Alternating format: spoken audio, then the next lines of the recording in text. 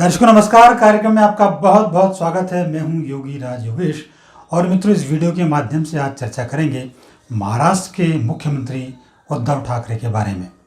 पिछले कुछ दिनों से लगातार हम देख रहे हैं कि उद्धव ठाकरे सुर्खियों में हैं। आचार्य जी, कार्यक्रम में आपका बहुत बहुत स्वागत है। और मित्रों, प्रोग्राम शुरू करने से पहले आपसे गुजारिश है, यदि आपने हमारा चैनल सब्सक्राइब ना किया हो तो तुरंत सब्सक्राइब कर लें। अब मैं आपके सवाल आचार्य जी से पूछ लेता हूं। सबसे पहले आचार्य जी, हम आपसे यही जानना चाहेंगे, चूंकि उद्धव सरकार को लेके कई मामलों को लेकर वो कटघरे में है, तो हम ये जानना चाहते हैं कि ये सरकार कितना आगे तक जाएगी। अभी इस सरकार के आगे तक जाने का एकदम प्रश्न है, तो ये सरकार 5 साल पूरे नहीं करेगी और उम्मीद था 2022 भी इस सरकार का नहीं आ पाएगा, 21 तक जा सकते हैं। ये कारण उसके पीछे मुख्य ये है कि जब भी कभी कोई सरकार बनती है, ज्योतिषीय आकलन मित्रों इस मामले में बहुत स्पष्ट होता है।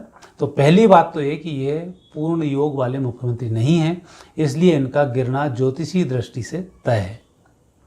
अब दूसरी स्थिति इसमें बनती है, गिरे कैसे और क्या स्थिति बनेगी। तो आज देवेंद्र फडणवीस जी की यदि कुंडली का अध्ययन करते हैं तो उनकी कुंडली में मंगल, सूर्य, बुध हैं और अभी उनको बुध की महादशा 2022 तक चल रही है।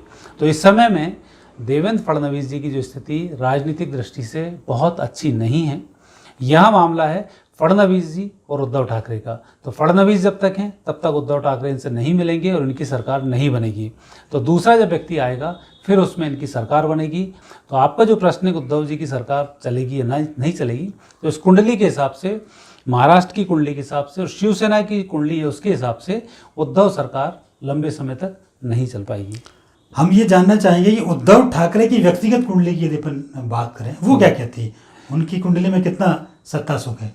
इसमें भी एक बहुत बड़ा एक चैलेंज होता है इस तरह की कुंडलियों को रीड करना, क्योंकि जब कोई व्यक्ति एक सरकार या एक संगठन को तैयार करता है, उसका उत्तराधिकारी कौन होगा। कई उत्तराधिकारी फेलर के रूप में काम करते हैं, फिर दूसरा उत्तराधिकारी सही आ जाता है और उसको वह सत्ता सौंप देते हैं। तो यहाँ पर उद्धव ठाकरे जी की जो कुंडली बनती है, चूंकि शनि चतुर्थ स्थान पर है गुरु के साथ में, इसलिए इनको पिता की सत्ता का सुख प्राप्त हुआ और ये शिवसेना के प्रमुख बन गए। लेकिन स्थिति इसमें ये बनती है कि पंचम भाव का स्वामी शनि है, वो भी चौथे स्थान पर है। तो ये अपने बच्चे के कारण अपने प्रभाव को जीरो करेंगे और वो स्थिति अभी आप देख भी रहे हैं। तो इसमें यदि लंबे समय की बात करें उद्धव ठाकरे जी की, तो ये लंबे समय तक राजनीतिक कुंडली नहीं है। व्यवस्थाओं की कुंडली बहुत अच्छी है, लोगों को लेके चलने की कुंडली अच्छी है, परंतु राजनीति में जो चंचलता चपलता इस तरह से होना चाहिए वो उस कुंडली में नहीं है। और जिन लोगों के द्वारा ये खेल रहे हैं वहाँ पर ये मात खाएंगे। तो वहाँ उद्धव ठाकरे जी की कुंडली के विशेष योग का अध्ययन करते हैं तो पिता के द्वारा दी हुई गादी का ये उपभोग कर रहे हैं। और सत्ता में चूंकि बेईमानी भी चलती है, सब कुछ चलता है, तो अवसरवादिता भी इसमें होती है। तो उस अवसरवादिता का फायदा उठाकर मुख्यमंत्री बन गए हैं। सूर्य के कारण भी मुख्यमंत्री बने हैं, परंतु अब इनका राजयोग समाप्त हो चुका है। जितने दिन ये चल जाए उतने दिन चल जाएं, कुंडली राजनीतिक पूर्ण रूप से ये नहीं है।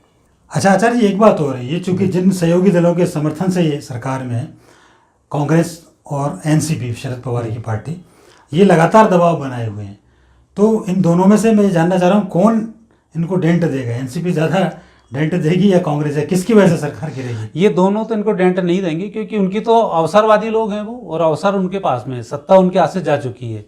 अब वो खुद ही ऐसे लोग हैं कि अभी बकरा कटने पहुंच जाए और व्यक्ति काट दे, तो इसमें उस व्यक्ति की समझदारी थोड़ी है कि मैंने इसका बहुत बड़ा लाभ लिया। जैसे बोलते हैं कि शरद पवार बहुत बड़े राजनीति के चाणक्य हैं, उन्होंने सरकार बना लिया, खुद ही मुर्गा पहुंचा कटने के लिए तो उन्हें काट दिया। तो वहाँ पर उनकी स्थिति बहुत अच्छी इसमें नहीं है। आज भी चुनाव होंगे तो आज भी बीजेपी जीत कर आएगी। कहना मेरा ये है कि देवेंद्र फडणवीस जी की कुंडली में इतना अच्छा राजयोग नहीं है कि वो महाराष्ट्र की सरकार को वापस चला पाएँ। इसलिए इनको देवेंद्र फडणवीस जी का अल्टरनेट ढूंढना चाहिए और उसको आगे करना चाहिए। और अभी भी सरकार नवंबर के बाद कभी भी इस विधि से गिर जाएगी। अच्छा आचार्य जी, जैसे आप बता रहे हैं कि ये सरकार नवंबर के बाद गिर जाएगी, तो बीजेपी के कितने प्रबल योग बनते हैं। मान लो अपन उसको हटा दें, देवेंद्र फडणवीस को यदि हटा दिया जाए, तो बीजेपी के कितने प्रबल योग सत्ता में। बीजेपी के प्रबल 100% योग प्रबल हैं, क्योंकि आने वाले समय में धर्म ध्वजा फहराने वाली है। आपको अकेले महाराष्ट्र को लेकर नहीं बैठना पड़ेगा, पूरे भारत को आपको देखना पड़ेगा, दुनिया को देखना पड़ेगा, क्योंकि एस्ट्रोलॉजी अकेले महाराष्ट्र पर नहीं चलती है। आप पूरी दुनिया बदलते हैं। यत पिंडे तत् ब्रह्मांड है, तो आपके अंदर जो पिंड है वो ब्रह्मांड का पिंड है। तो ब्रह्मांड में अब सुधार आने वाला है। ब्रह्मांड में सनातन संस्कृति की जो विशेषता है वो आने वाली है। जाति कोई भी हो, धर्म कोई भी हो, परंतु सनातन संस्कृति में जो लिखा हुआ है आदमी उसी से ही इंसान बन पाएगा।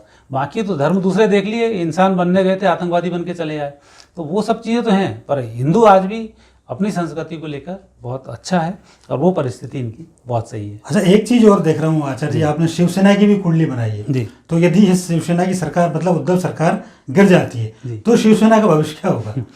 शिवसेना का भविष्य बहुत अच्छा नहीं है, क्योंकि इनके यहाँ भी राज ठाकरे जी को जो अलग किया वो गलत किया है। राज ठाकरे एक्चुअल उत्तराधिकारी उनके वही थे। अब बीच में चूंकि इनके योग थे और पिता की गादी इनको मिलनी थी, इसलिए इनको गादी मिल गई।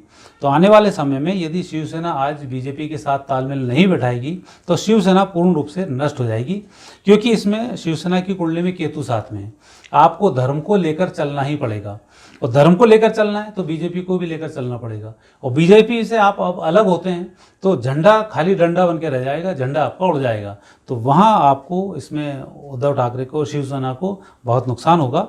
और शिवसेना को पनपना है तो राज ठाकरे को भी लेकर चले और अपनी स्थिति बहुत क्लियर करे, और जिस मुद्दे को लेकर शिवसेना बाल ठाकरे जी ने तैयार की थी उन चीज़ों से ना भटकें। तो आचार्य जी, आपने इतनी महत्वपूर्ण विवेचना की, 4-5 कुंडलियाँ आपने महाराष्ट्र की बनाई, शिवसेना की बनाई, देवेंद्र फडणवीस की बनाई और विस्तार से इतना हमारे दर्शकों को बताया, इसके लिए आपका बहुत बहुत धन्यवाद। धन्यवाद।